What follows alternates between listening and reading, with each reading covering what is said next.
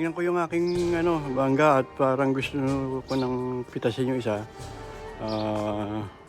Baka mapitas pa ng iba eh. So, ayun, pakita ko lang sa inyo yung mangga namin. Ito yung isa, ito yung ayan. Ito yung pipitasin ko. Ayun, yan. Laki na pala talaga oh. Laki na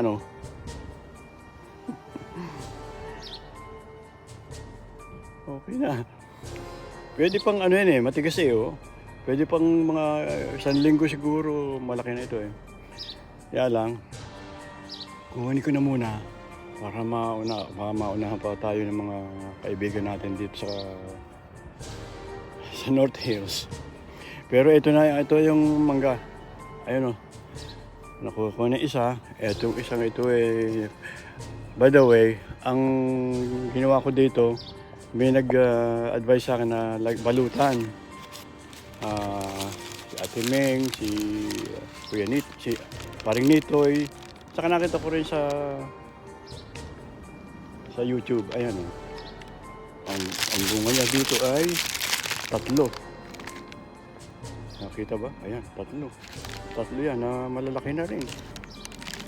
Hindi yan lumalaki na ganyan nung last 2 years.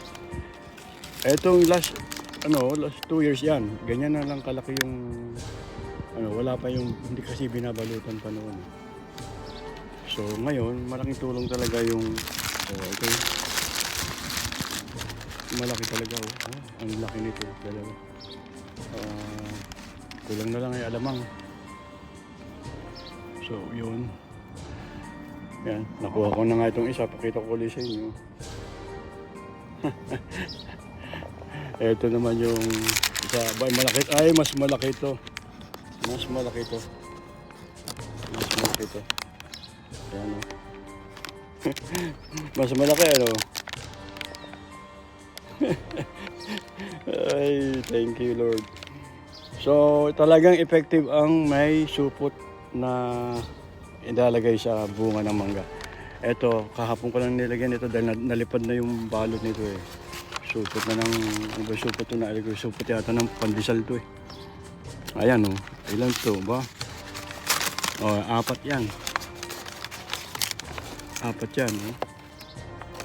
1, 2, 3, 4. Na akala ko hindi natutuloy. Ang liliit yan eh. Ayan.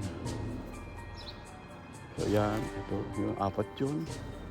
Ito pa isa, ito yata yung last na Ayan, malaki na rin. Ito kasi laki nitong una kong nakuha. Next time na lang ito. At baka wala na makakuha yung mga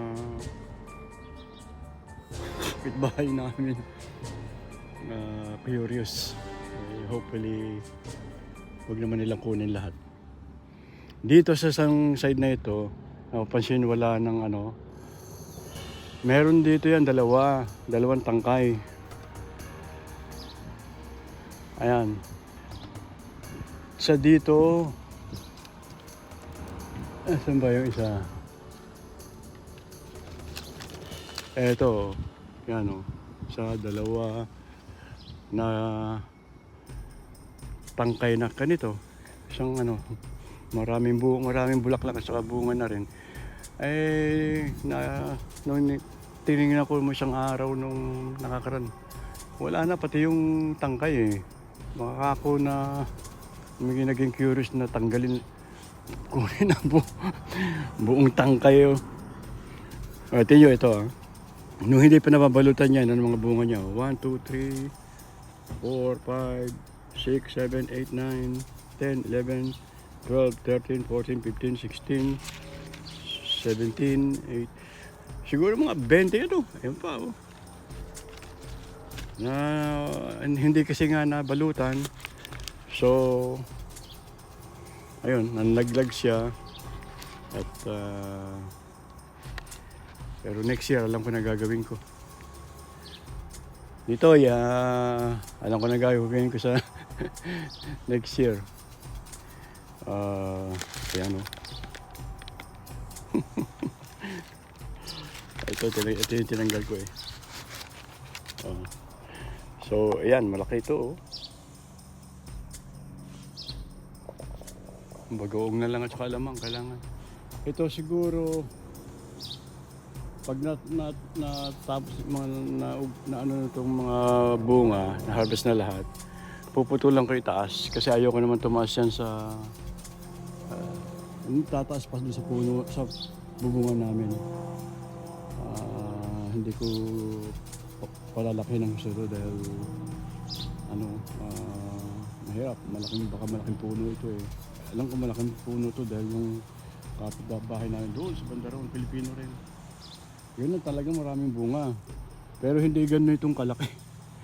Kasi napapabayaan nila eh. Papabayaan nila dahil malaki na yung puno eh.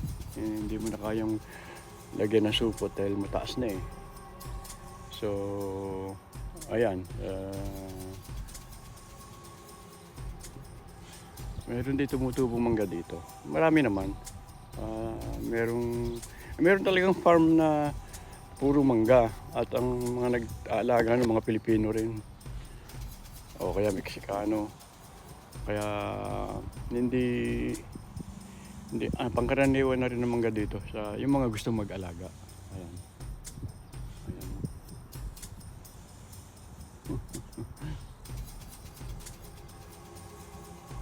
Ngayon, yun yung aking talbos ng kamote. Diyan kami nananalbos ng aming panglagay sa sinigang at sa sa akin ini-steam ko lang yan. Nalagyan ko ng bagoong. Meron akong bagoong at sa kalamansi. Yung lemon. Ayan oh. Marami na rin ang bunga yung aking lemon no. Ayun ang aking bayabas. Maraming bunga siya ngayon. Yun ang aking chermoya, ang atis, yun ang daranghita, at yun ang kalamansi, yun. Kita niyo ba? Maraming bunga rin yun. Ayan. Ayan dito ba? Ang laki nito. Ang laki ng bunga nito. Kunin ko na nga. Kasi meron kami niluluto si Korang yung bulanglang. Bulanglang. Ano niyo ba bulanglang? Yung luto ng Tagalog. Bulanglang. Ano lang yun? Luya at saka sitaw. Kabibili ko lang eh. May nagbigay sa amin ng inihaw na tilapia. Marami din eh. Sabi ko, ano na lang natin. Kulang na ako ng gulay at gusto ni nanay tatay ay gulay din, sabaw eh. So yan, malalaki diba? Ito ang pinakamalaki sa lahat.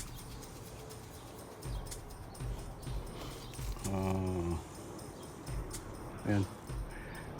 Titigil ko muna to at itutuloy ko na lang uli.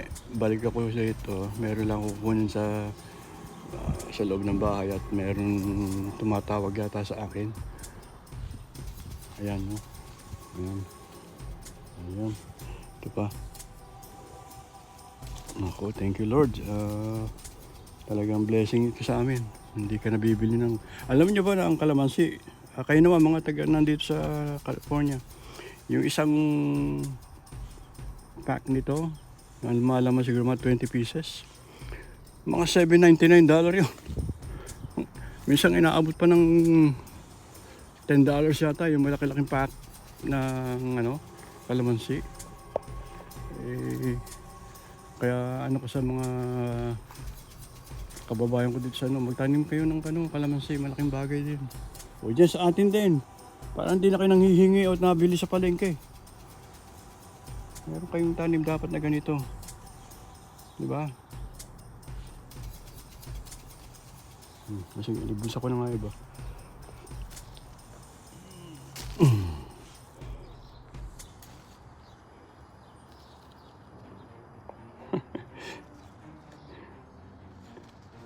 Nakakatuwa, di ba?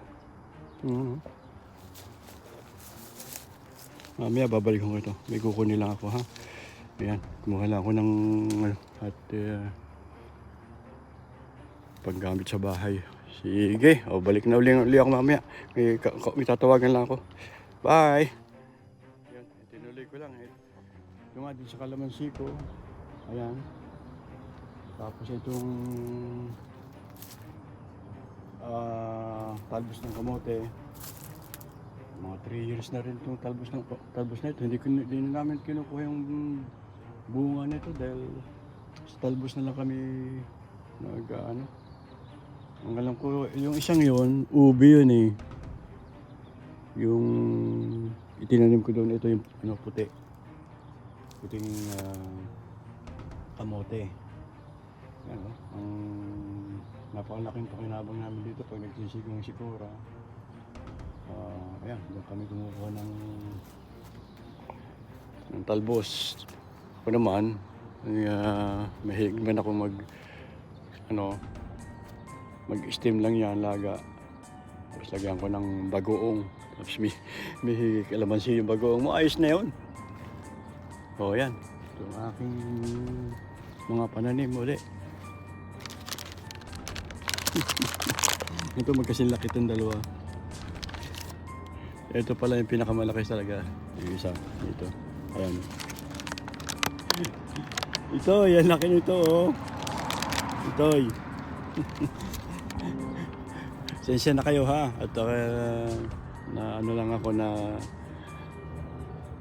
tutuwa lang ako dahil yung aking pinakakahintay-hintay ayan. At saka ito, effective talaga yung may lagay ka support sa ano. Ayan. Yung mga gusto mo na may mga punong ng mangga o kahit anong, pero ito mangga ito eh. Ewan kung ibang prutas kung pwede yung babalutan mo ng support. Basta yun, effective po yung support pag may mga puno kayo ng mangga. Talagang protektado siya sa mga hayop na yung insect. Tapos magaling lumaki yung mangga. Ayan, isa ba? Ano ba ito? Ito tatlo ito eh. Ito isa. Ito last 2 years ago. Ganyan lang talagang kalaki yan. Hindi yan lumalaki na ganyan. Maliit lang talaga. Ayan. Hanggang dyan lang ang size niya. Nung hindi ko pa nilalagyan ng support yan. Ito late na ng suputan yan. Ayun lang. At ako'y pasok ko sa loob ng bahay at kinuha ko, pinitas ko na ito. Pakita ko kay Cora. At pagsasaluhan namin. May bagoong, may alamang doon eh. Ay nako, salamat ho. Salamat. Please like and share and subscribe sa Helen of Roy video. Sinusuportahan namin po yung Alzheimer's Foundation. Kung matutulungan natin sila hanggat matutulungan natin kasi nanay tatay ko parehong may Alzheimer 94-97. Mahirap talaga ang unang-una tumanda dito tapos walang mag-aalaga sa'yo. Mabuti na lang yung generation namin naalagaan pa namin ng nanay tatay at binabalik lang naman namin yung mga nagawa nila sa amin na pagmamahal at pag-aalaga nung kami maliliit pa. So ayun nga, yun sa itong Helen of Roy videos, documentation na ito lang ng nanay tatay habang sila ay nandito pa sa balat ng lupa. At siguro naman mga sasaling lahi namin from apo to apo kung hindi pa mawawala ang YouTube, makikita nila at makapanood nila kung ano itsura ng mga lolo't lola nila, sa mga ninuno nila. Yun, kaysa malagay mo sa video sa Facebook o mga ilang linggo lang mawawala yun, matatabunan. So ito, nasa YouTube ito for the rest of hanggang buhay ang YouTube. Ayun, gaya na sabi ko, itong video na to inano ko para sa nanay tatay. Tapos yung nga sa Alzheimer Disease Foundation na nag-join ako ng ano doon eh. Yung ano lang naman, membership lang naman. Hindi naman ako fully active. Ah, para makatulong sa kanila. Kung ano man nararamdaman ng mga may ah, Alzheimer disease o dementia. Lalo na yung mga anak nila o malalayo sa kanila. Walang dumadalo sa kanila sa bahay nila, yun, sa home care. Mahirap, mahirap. Pero ayun, ang nanay tatay ko ay 94, 97 na.